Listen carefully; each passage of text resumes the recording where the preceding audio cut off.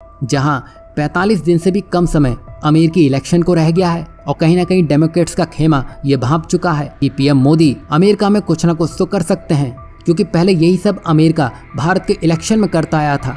अब बारी भारत की है, क्योंकि अब पीएम मोदी का ये दौरा 21 से 23 सितंबर तक चलेगा, जहां पीएम मोदी भारतीय समुदाय से मिलेंगे। साथ ही साथ उनकी डोनाल्ड ट्रंप से भी मुलाकात होगी। फिर वो टेक इंडस्ट्री के सीईओ से भी मुलाकात करेंगे। और इन्हीं सब के बीच खालिस्तानी आतंकी पुन्नू ने भारत सरकार के खिलाफ एक सिविल मुकदमा दायर कर दिया है, जहां पुन्नू ने एक सिविल केस में हत्या की साजिश का आरोप लगाया है। और यही वजह थी कि पीएम मोदी अमेरिका पहुंचे उससे पहले ही अमेरिकी अदालत ने भारत सरकार को समन भेज दिया है। और ये समन न्यूयॉर्क के दक्षिण जिले के यूएस डिस्ट्रिक्ट कोर्ट ने जारी किया है।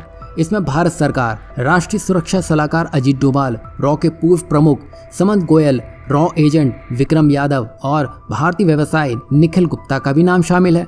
बता दें कि अदालत ने भारत सरकार से इस संबंध में 21 दिनों के भीतर जवाब भी मांगा है। खास बात तो ये देखिए, अगर भारत की तरफ से जवाब नहीं दिया गया तो बाय डिफॉल्ट फैसला भारत के खिलाफ ही आएगा। वहीं भारत सरकार ने 21 दिनों का इंतजार नहीं किया, भारत ने इसका जवाब तुरंत दिया है, जिसमें विदेश सचिव विक्रम मिश्रा ने कहा है कि यह पूरी तरह से अनुचित मामला है।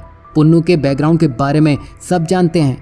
वो एक गैर कानूनी संगठन से जुड़ा है, जो कि एक्टिविटी प्रिवेंशन एक्ट के अंतर्गत आता है। भारत ने आरोप लगाया कि उसका संगठन अवैध गतिविधियों में शामिल है। बता दें कि पीएम मोदी के अमेरिकी दौरे के दौरान अमेरिका में हो रहे चुनाव के बीच डोनाल्ड ट्रंप के समर्थन से सीआईए जैसी संस्थाएं भी चिंतित है। यही वजह है कि इस तरह के मामले अब और बढ़ते हुए दिखाई दे रहे हैं। यहाँ आप देख सकते हैं किस तरह से भारत को रोकने का प्रयास किया जा रहा है, लेकिन भारत का जवाब भी पूरी तरह से तैयार है। आपको यहाँ क्या लगता है, अमेरिका किस तरह की चालें चलने में लगा है और उससे भारत को आगे चलकर किस तरह का फायदा या नुकसान हो सकता है?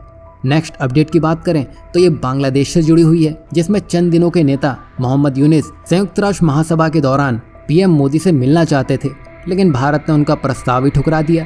भारत ने यह साफ कह दिया कि प्रधानमंत्री नरेंद्र मोदी की पहले से ही अन्य देशों के साथ बैठक तय है और यूनिस के लिए उनके पास समय नहीं है।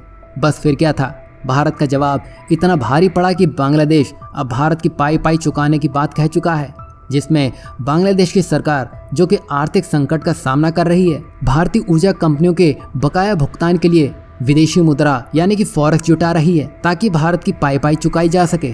बता दें कि बांग्लादेश के रूपाली बैंक ने आईसीआईसीआई और इंडस बैंक को पत्र लिखकर यह बताया है कि बकाया राशि की पुष्टि हो चुकी है और वे भुगतान करने की कोशिश कर रहे हैं। कुल मिलाकर भारतीय कंपनियों को बांग्लादेश से $1 बिलियन से भी ज्यादा की राशि बकाया है, जिसमें से $800 मिलियन अकेले अडानी पावर को देने हैं। मतलब यहाँ बांग्लादेश समझ चुका है कि भारत को झुका नहीं सकते हैं। एक बार भारत ने ठान लिया तो वो करके ही दम लेता है। अब बांग्लादेश समझ चुका है कि भारत आकार और ताकत दोनों में ही बांग्लादेश से काफी बड़ा है। भारत अपने इंटरेस्ट के हिसाब से फैसले लेता है। अगर बांग्लादेश का लिस्ट में नाम नहीं है, समझ लीजिए उसके पास समय ही नहीं बचा है।